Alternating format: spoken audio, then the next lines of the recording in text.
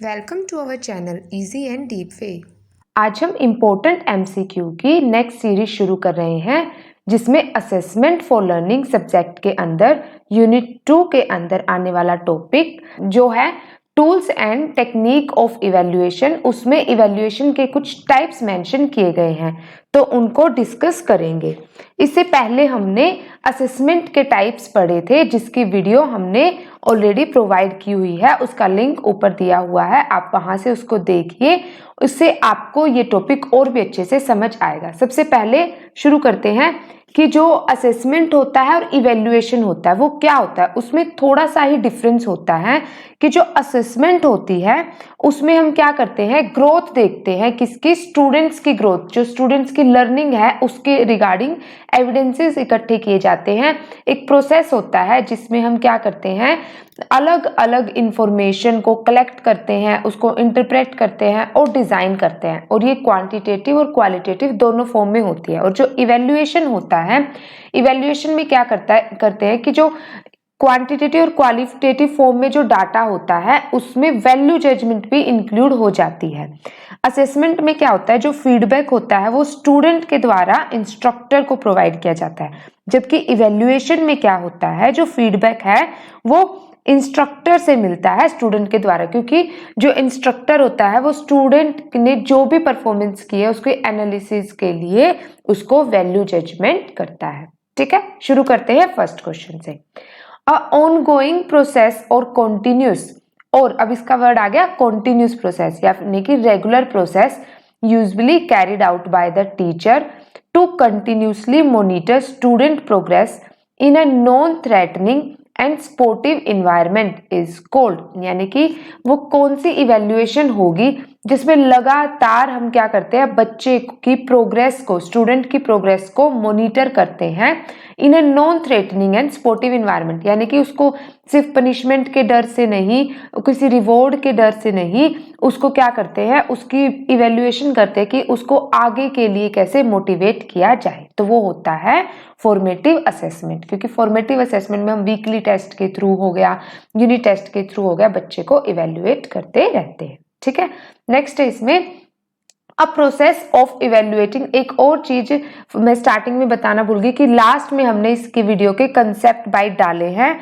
जो कि इसके डाउट्स आपके सारे के सारे, अगर कोई क्वेश्चन रह भी जाता है, मिस भी हो जाता है, तो वो आप एग्जाम में अटेम्प्ट कर सके। तो प्लीज वीडियो को एंड तक देखें ताकि आपके सारे कंसेप्ट क्लियर हो जाए। ठीक है, सेकेंड क्वेश्चन है इसमें, अ process of evaluating, certifying, grading, ranking the learning of student at a point of time, यानी कि या तो वो ईयर एंड पे हो सकता है या फिर सेमेस्टर के एंड पे हो सकता है, एनुअल भी हो सकता है और हाफ ईयरली भी होता है। यानी कि इवैल्यूएशन करते हैं, बच्चे को ग्रेड देते हैं, उसको रैंक देते हैं, तो वो क्या होता है, एक टाइम मेंशन होता है, वो किस में होता है, वो सम्मेटिव। सम्मेटिव का मतलब ही होता है कि सम, एक टाइम पीरियड के बाद। ठीक है, हम इसको डिटेल में डिस्कस करेंगे। फिर है इसमें dash a form of pre evaluation.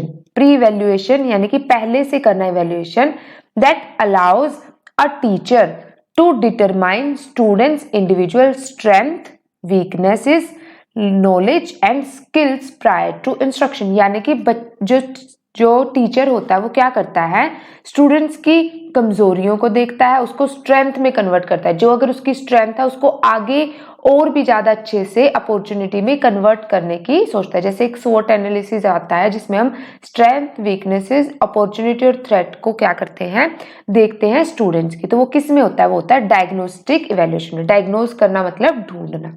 ठीक है, नेक्स्ट है to know whether the learner is able to acquire the new learning experiences based on his or her knowledge dash is used।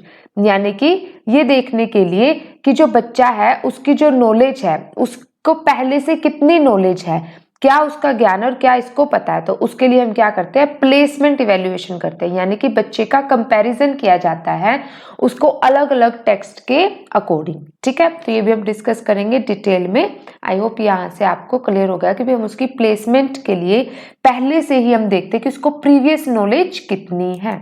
ठीक है, नेक्स्ट है dash is used to measure student performance against a fixed set of predetermined criteria for learning standard. तो criteria यानी कि पहले से ही एक criteria set किया जाता है स्टूडेंट्स के लिए कि भाई हाँ, आपको जैसे अभी आप बीएड कर रहे हो तो बीएड में आपका पहले से ही सिलेबस एक क्रिटेरिया सेट है कि इस सिलेबस में से आपका एग्जाम आएगा। कोई ऐसा नहीं है जैसे कम्पिटिटिव एग्जाम होते हैं उसमें मेंशन ही नहीं होता कि कहाँ से क्या सिलेबस आ जाए, तो वो किस में होता है, क्रिटेरिया रेफरेंस्ड इवेल्युएशन के अंदर। ठीक है, नेक्स्ट है dash refers to the standardized test that are designed to compare किया जाता है and rank test taker in relation to one another. क्या होता है कि भाई जैसे हम कहीं भी अब हम टेस्ट दे रहे हैं तो हम क्या करते हैं, अपनी परफॉर्मेंस को दूसरे की परफॉर्मेंस से कंपेयर करते हैं कि भाई हाँ, सामने वाले की परफॉर्मेंस हमसे अच्छी है या हमारी उससे अच्छी है, हमें उससे ज़्यादा कितने जाना। तो उसमें क्या होता है,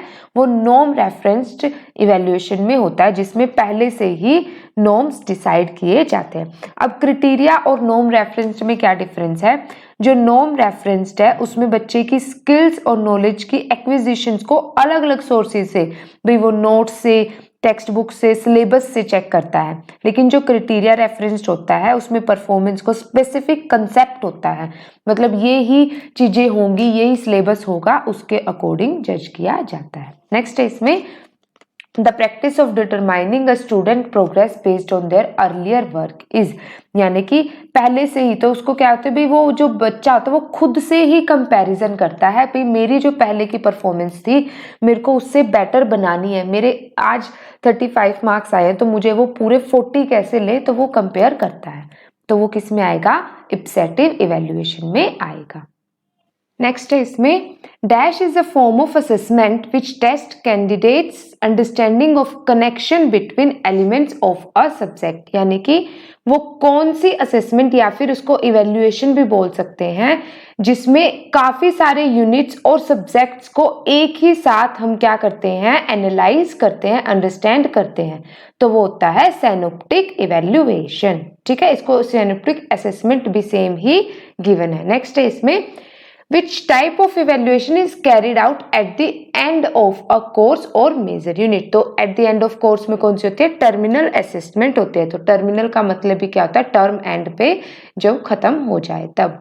फिर है इसमें Which type of evaluation is conducted to know the learning processes of student and difficulties that they face during the process of teaching and learning, यानी कि वो कौन सी असेसमेंट है जिसमें क्या होता है, जो स्टूडेंट्स की लर्निंग को और उनकी डिफिकल्टीज को जो भी वो फेस हो रही है वो स्कूल के अंदर ही फेस किया जाता है, वो होती है इंटरनल असेसमेंट। क्योंकि जो टीचर होता है उनकी डिफिकल्टीज को समझता है, प्रॉब्लम को समझता है, डायग्नोज करता है और उनको इवेल्युएट करता है। ठीक है, नेक्स्ट है इसमें when examinations are organized and conducted by an agency other than an institution, तो वो किस में होता है, बाहर से जब कोई और जो एग्जामिनर आता है इवेल्युएशन करता है तो उसमें क्या होता है, एक्सटर्नल इवेल्युएशन के अंदर। ठीक है, नेक्स्ट है इसमें dash can take a wide range of forms including periodic tests, essays and other types of evaluation,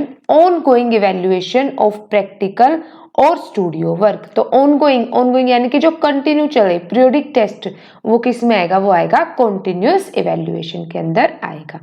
next है इसमें when the teacher grade the student or certify the student as pass or fail and to promote the student in the next class on the basis of their performance in the classroom then it is, तो मतलब ये एक normal सा criteria होता है हर school के अंदर कि स्टूडेंट्स को क्या करते हैं, उनको ग्रेड्स दिया जाता है, पास और फेल बताया जाता है, अगर पास है तो उनको नेक्स्ट क्लास में प्रमोट किया जाए। तो ये क्या होती है, फॉर्मल इवेल्युएशन होती है। ठीक है, नेक्स्ट देखते हैं व्हेन द टीचर ऑब्जर्व्स, कि ऑब्जर्व करता है लर्निंग डिफिकल्टीज को स्टूडेंट्स की एंड टेक इफेक्टिव स्टेप्स, और फिर उनकी डिफिकल्टीज के लिए क्या करता है, उनकी डिफिकल्टीज को रिमूव करने के लिए कोई ना कोई स्टेप्स लेता है and enhance the learning among the students. तो उसमें क्या होता है, इनफॉर्मल इवेल्युएशन होता है कि भाई कैसे बच्चे की प्रॉब्लम्स को समझता है और उसको रिजोल्व भी किया जाता है टीचर्स के द्वारा।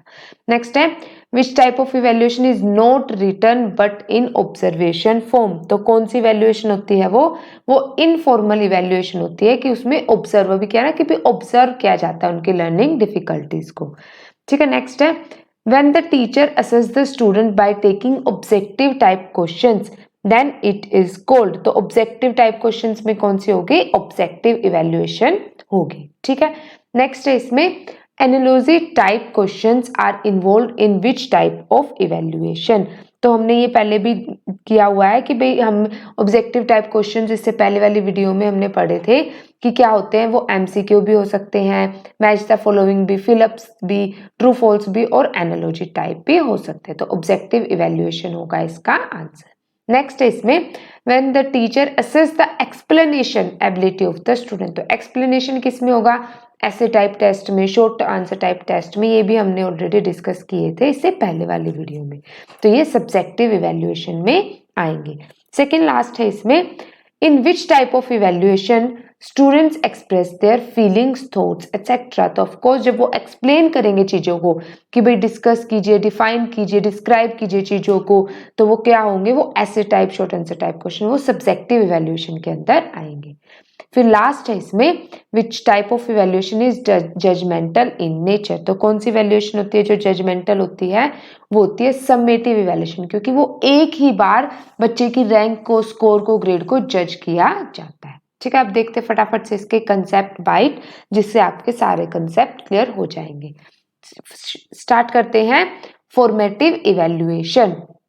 तो फॉर्मेटिव इवैल्यूएशन हमने क्या पढ़ा था? ये एक ऑनगोइंग प्रोसेस होता है, या फिर हम कह सकते हैं कंटिन्यूस या फिर रेगुलर प्रोसेस, जो कि यूजुअली हमेशा कैरी किया जाता है out by teacher to continuously monitor student progress in a non threatening and supportive environment. ये हमने ऑलरेडी डिस्कस कर लिया कि भाई कैसे टीचर डरा धमका के नहीं बल्कि उनकी प्रॉब्लम्स को समझता है। It takes place during the programme और learning activity. The purpose of formative evaluation is to find out whether after a learning experience students are able to do what they were previously unable to do। यानी कि वो उनकी पहले previous knowledge को जज करता है कि भाई वो क्या करना चाहते हैं और उनकी क्या नेक्स्ट की प्लानिंग है। Its ultimate goal is usually to help students perform well at the end of a programme. क्योंकि जो यूनिट टेस्ट होते हैं, जो वीकली टेस्ट होते हैं, उससे क्या है कि जब समेटिव टेस्ट होते हैं उसके लिए उन पे बर्डन नहीं होता, थोड़ा थोड़ा उसमें सिलेबस कवर किया जाता है। फॉर्मेटिव, इसका मतलब ही क्या होता है? ये फॉर्मेशन वर्ड से बना हुआ है, means construction process of anything. भी किसी चीज को जब हम कंस्ट्रक्शन करते भी, वो पहले उसका बेस तैयार किया जाता है और फिर वो आगे जाके उसको कंप्लीट करते हैं। तो उसको बेस से ही अच्छे प्रिपेयर करना। And how the question, now the question is what is constructed in the classroom. तो क्या कंस्ट्रक्ट किया जाता है? नॉलेज को और कंटेंट को कंस्ट्रक्ट किया जाता है। और साथ में evaluation is carried out by the teacher, that sort the evaluation is called formative evaluation. यानी कि उसकी अंडरस्टैंडिंग को बिल्ड करना, नॉलेज को बिल्ड करना, यही फॉर्मेटिव इवैल्यूएशन होता है time to time. It is one step ahead of formative assessment. Assessment में तो हमने क्या किया था कि भाई जो वो स्टूडेंट को देखा जाता है कि भाई वो कैसे चीजों को डिजाइन करता है, इंटरप्रेट करता है, लेकिन इसमें इंस्ट्रक्टर कैसे उनसे डील करता है। ठीक है, नेक्स्ट है इसमें समेटिव इवैल्यूएशन। ये क्या होता है? एक ईयर एंड के बेस पे या फिर सेमेस्टर के एंड पर या फिर हाफ ईयरली कह सकते हैं हम, ये इवैल्यूएशन की जाती है ग्रेड्स के लिए, सर्टिफिकेट के लिए, या फिर रैंक के लिए, या फिर आगे कोई क्लास में या कोर्स में प्रमोट होने के लिए।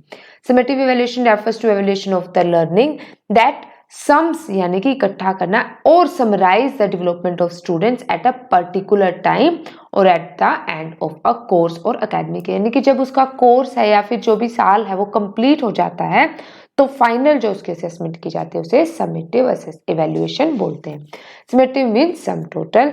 It's purpose is to form a judgement about the performance of a student, effectiveness of an instructor, effectiveness of course. यानी कि इसमें सिर्फ स्टूडेंट ही नहीं, इंस्ट्रक्टर यानी कि टीचर और पूरे कोर्स की इफेक्टिवनेस को भी जज किया जाता है।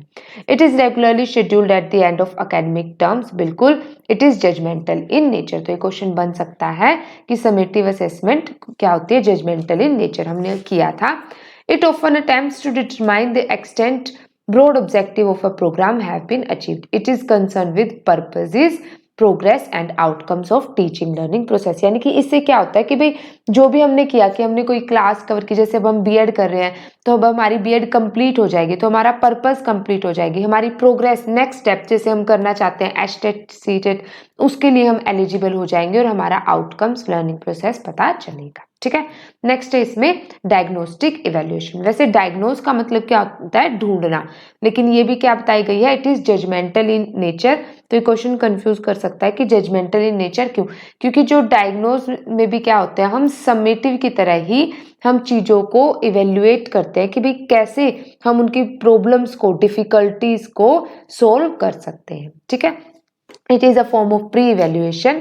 ये प्री इवेल्युएशन का एक फॉर्म है that allows the teacher to determine student individual strength, weakness, knowledge and skill prior to instruction. तो मैंने बताया था स्वोट एनालिसिस होता है जिसमें हम वीकनेसेस को स्ट्रेंथ में कन्वर्ट करते हैं और थ्रेट्स को अपॉर्चुनिटी में कन्वर्ट करते हैं। It provides a detailed analysis of performance. The aim of diagnostic evaluation is to find out यानी कि ढूंढना, diagnose करना यानी कि ढूंढना, the cause of learning problem, कि क्या लर्निंग, जो स्टूडेंट्स की लर्निंग प्रॉब्लम्स का कहाँ उसको डिफिकल्टी आ रही है, और plan to take remedial actions, और उसके लिए उनको भी कैसे दूर किया जाए, ऐसे प्लान किए जाते हैं। ऑब्जर्वेशनल टेक्निक्स यूज की जाती है और specially prepare diagnostic techniques can be use to diagnose the problem. ठीक है, ये भी क्वेश्चन बन सकता है। Diagnostic evaluation looks backward rather than forward. ये इंपॉर्टेंट है, मतलब ये प्री इवैल्यूएशन होता है, ये शुरू से बच्चे की प्रॉब्लम यानी कि उसके बेस से ही उसकी प्रॉब्लम को डायग्नोज करता है, ना कि फ्यूचर में ही जाता है कि भाई नहीं पिछला आता है या नहीं आता, बस तुम आगे करो, ऐसा नहीं होता। It is often used before teaching और when a problem rises. It is used to improve the learners experience and their level of achievement. तो इसमें किस चीज में हेल्प मिलती है, लर्नर्स को जो भी चीजें, जो टीचर है, स्टूडेंट्स है, वो क्या लर्न कर रहा है उसमें एक्सपीरियंस होता है उसको, और उसकी अचीवमेंट यानी कि गोल्स भी पता चलते हैं। It has a placement function and to take place before instruction. तो इंस्ट्रक्शन से पहले ही होता है कि भाई जो बच्चा है वो पहले ही अपनी चीजों को, अपनी जो कमियों को सुधारता है। It may be use to determine the presence of pre requisite skill, to determine the pupil prior level of mastery, or to classify the pupil according to various characteristics related to instruction। तो ये मैं पहले ही बता चुकी हूँ कि भाई पहले से ही उसकी चीज़ों को हम देखते हैं कि भाई कहाँ कमी है और कैसे उसको सुधार सकते हैं। It may include administration of standardised achievement test, standardised diagnostic test, teacher made test, observation and checklist. तो ये भी इंपॉर्टेंट है कि भाई क्या क्या चीजें डायग्नोस्टिक इवैल्यूएशन में इंक्लूड की जाती है, कि अचीवमेंट टेस्ट देखा जाता है कि भाई हाँ जो उसकी अचीवमेंट्स कितनी है, प्रोग्रेस कितनी है, किसी भी टेस्ट से पता चलता है, उनको डायग्नोस्ट किया जाता है। टीचर में टेस्ट, टीचर अपने खुद के टेस्ट बनाता है, चाहे वो ओरल फॉर्म में हो, चाहे वो रिटन फॉर्म में हो, चाहे वो ऑब्जर्वेशन के फॉर्म में हो। और फिर बाद में हमने पीछे भी पढ़ा था भी चेकलिस्ट क्या होती है, भी एक रिकॉर्ड तैयार किया जाता है टीचर के द्वारा। It provides a detailed analysis of performance which can be used for professional development, planning and job placement। तो ये सभी में हेल्पफुल होती है। ये सिर्फ एक कोर्स को कंप्लीट करने के लिए नहीं कि भी जो फ्यूचर में वो क्या उसका प्रोफेशन होगा, कैसे वो अपनी जॉब प्लेसमेंट लेगा, उसके लिए भी हेल्पफुल होता है। इट इज की tool used by teacher in planning instruction and setting appropriate learning goals. ठीक है, तो ये टीचर के द्वारा टूल यूज किया जाता है जो कि हम टूल ऑफ असेसमेंट में पढ़ते हैं। नेक्स्ट है इसमें प्लेसमेंट इवैल्यूएशन। तो प्लेसमेंट इवैल्यूएशन क्या होता है, ये भी एक प्री डिटरमाइंड इवैल्यूएशन होती है जिसमें नॉलेज और एक्सपीरियंस को भी, बच्चे को पहले से कितनी नॉलेज है ये जज किया जाता है, तभी वो आगे सीखेगा कि भाई हाँ पहले उसको पता होगा कि भाई हाँ ये कलर्स है, ये ऐसे उसकी आइडेंटिफिकेशन पता होगा, तभी तो वो नेक्स्ट स्टेप सीख पाएगा। It can be defined as a type of evaluation that provides information to the teacher about the learner to whom he or she deals with relating to their existing यानी कि पहले से जो knowledge है उसको, and experiences based on that the teacher designs that to teach knowledge। अगर उसको ये पता चल जाएगा टीचर को कि भाई हाँ इसके अंदर पहले से कितने इसके कंसेप्ट क्लियरिटी है, उसी के बेसिस पे वो नेक्स्ट अपने कंसेप्ट तैयार करेगा।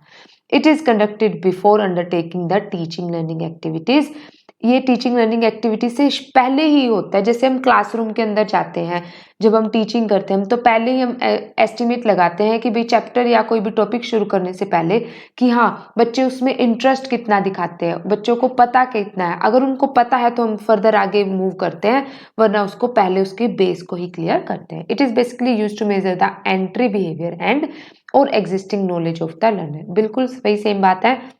Another purpose of placement evaluation is to know whether the learner is able to acquire the new learning experiences based on it, यानी कि भाई वो नई नॉलेज लेने के लिए तैयार है कि नहीं, ये चीज देखी जाती है। The key word used in placement evaluation is the entry behavior। तो entry behavior देखा जाता है कि भाई हाँ कितना उसको पहले से पूर्व का ज्ञान, प्रायर नॉलेज भी हम इसको बोल सकते हैं। In teaching learning process before teaching a new topic, teacher should know the previous knowledge of student. ये मैं पहले बता चुकी हूँ कि भाई नया टॉपिक पढ़ाने से पहले से नॉलेज लेगा। This help the teacher to organise teaching learning activities according to the previous knowledge of learner. ठीक है, तो ये वही बात बता रहा है कि भाई उसके प्रीवियस नॉलेज को कैसे जज किया जाता है। नेक्स्ट है इसमें क्रिटेरिया रेफरेंस्ड इवेल्युएशन। तो एक क्रिटेरिया, एक सिलेबस होता है, एक स्पेसिफिक सिलेबस होता है जिसके बेसिस पे बच्चे को इवेल्युएट किया जाता है। It is used to measure student performance against a fixed set of predetermined criteria और learning standard. These are used to evaluate whether students have learned a specific body of knowledge, acquired a specific skill or not। जैसे अब हम BEd के exam दे रहे हैं, तो हमारे जो एग्जाम होंगे तो उसके लिए एक पहले से ही स्पेसिफिक क्राइटेरिया सेट है और उसमें हमें देखेंगे कि हमें कितना उसके बारे में ज्ञान है, कितनी उसकी नॉलेज है। When the evaluation is concerned with the performance of the individual in terms of what he can do or the behavior he can demonstrate is termed as criteria referenced evaluation। यानी कि भाई क्या वो कर सकता है और कितनी उसकी नॉलेज है, उसको पहले से ही क्या किया जाता है, डेमोन्स्ट्रेट किया जाता है। In this evaluation there is a reference to a criteria but there is no reference to the performance of other individuals in the group। यानी कि क्रिटेरिया एक सब्जेक्ट कंसेप्ट तो डिफाइन होता है, लेकिन उसको ये no reference to the performance of other individual, कि दूसरों की परफॉर्मेंस पे इसका कोई इफेक्ट नहीं पड़ता। In it we refers an individual's performance to a pre determined criteria which is well defined. तो वही पहले से ही हमें पता होता है कि अच्छे से पता होता है कि भाई हाँ हमारा क्या सिलेबस होगा और क्या क्रिटेरिया होगा। It is used to ascertain an individual status with respect to a defined achievement. तो बिल्कुल वही बात है कि भाई पहले से ही डिफाइन होता है सारा का सारा क्रिटेरिया या फिर स्टेटस। नेक्स्ट है इसमें नॉर्म रेफरेंस। तो नॉर्म में भी क्या बताया गया कि कंपैरिजन किया जाता है एक दूसरे के साथ। वो क्लासमेट्स भी हो सकते हैं, वो पीयर्स भी हो सकते हैं। जैसे हम एक दूसरे की परफॉर्मेंस को किसके लिए, जब मेरिट में आने के लिए किसी भी चीज को उससे बेस्ट नंबर 1 रैंक लेने के लिए कंपैरिजन करते हैं। It is used to ascertain an individual status with respect to the performance of their individual on that test. It compare a student's performance against the performance of their peers या फिर classmates. ठीक है, comparison होता है peers के साथ। It refers to the standardised test that are design to compare और rank के लिए कंपैरिजन होता है test taker in relation to one another. It reports whether test taker performance is better or worse than a hypothetical average student। भी जो बच्चे normal students होते हैं उसके कंपैरिजन में कितनी उसकी परफॉर्मेंस है, इसको देखा जाता है। जैसे norm reference test have historically been used to make distinction among students. भाई उनमें बच्चों में क्या देखने के लिए, डिस्टिंक्शन, डिफरेंस देखने के लिए, कौन इंटेलिजेंट है कौन नहीं है, इसके लिए यूज किया जाता है। Often for the purpose of course placement, program eligibility और school, college, institution, university admission. क्योंकि ये सबसे ज्यादा एडमिशन में, कॉलेजेस वगैरह में यूज होता है कि भाई रैंकिंग के बेसिस पे, मेरिट के बेसिस पे एडमिशन लिए जाते हैं। ठीक है, फिर है इसमें इंटरनल इवैल्यूएशन। ये तो बहुत है कि भाई जो जैसे हम जो स्कूल के अंदर ही इवैल्यूएशन टीचर के द्वारा की जाती है। भाई जैसे बोर्ड एग्जाम होने से पहले प्री बोर्ड एग्जाम होते हैं, जैसे अब हम टेस्ट सीरीज ले रहे हैं उसमें हम इसको यूज करते हैं। It is a process of quality review undertaken with in an institution के अंदर ही होती है ये। It evaluates for students to when they are in the classroom, कि भाई क्लासरूम के अंदर वो कितना अच्छे से परफॉर्म करते हैं, उन्होंने क्या सीखा है। Most of the continuous and comprehensive evaluation is conducted by internal evaluation system, क्योंकि उसमें क्या होता है, रेगुलर बेसिस पे यूनिट टेस्ट, वीकली टेस्ट होते हैं, उनको भी सीसीई को भी इसमें कंसिडर किया जाता है। It supports formative and diagnostic evaluation. तो फॉर्मेटिव में भी हमने क्या किया था, कंटिन्यूटी होती है। डायग्नोस्टिक में बच्चों की स्ट्रेंथ वीकनेसेस को डील किया जाता है, मतलब समझा जाता है। This is conducted to know the learning process of the student and the difficulties that they face during the process of teaching learning. ये डायग्नोस्टिक में हमने पढ़ा था। It also provide a base for remedial teaching to the identify students. तो ये remedies यानी कि उनकी वीकनेसेस को कैसे स्ट्रेंथ में कन्वर्ट किया जाए, कि जिस टॉपिक में, जिस सब्जेक्ट में वो वीक है, उसको कैसे हम इम्प्रूव कर सकें। The criteria that followed for internal evaluation are, क्या होता है इसका criteria, evaluating the involvement of students in the teaching learning activities of class, यानी कि देखते हैं कि बच्चे का इंटरेस्ट कितना, एक्टिव कितना है क्लासरूम के अंदर। Setting of question paper by the class teacher, teaching that class and conduct of examination, यानी कि देखा जाता है कि भाई जो भी उसने पढ़ाया है तो वो टीचर खुद ही क्वेश्चन सेट करता है और उनको फिर इवेल्युएट करता है। नेक्स्ट इसमें एक्सटर्नल, यानी कि आउटसाइडर, बाहर का एग्जामिनर आता है, जैसे प्रैक्टिकल्स वगैरह होती हैं, वो उनको इसमें बायसनेस में हेल्प मिलती है कि कोई बच्चों के साथ बायसनेस नहीं होती और वो इवेल्युएशन किया जाता है। ठीक है। To this extent, the public examination in our country are conducted by the appropriate school board and external evaluation बाहर से होती है।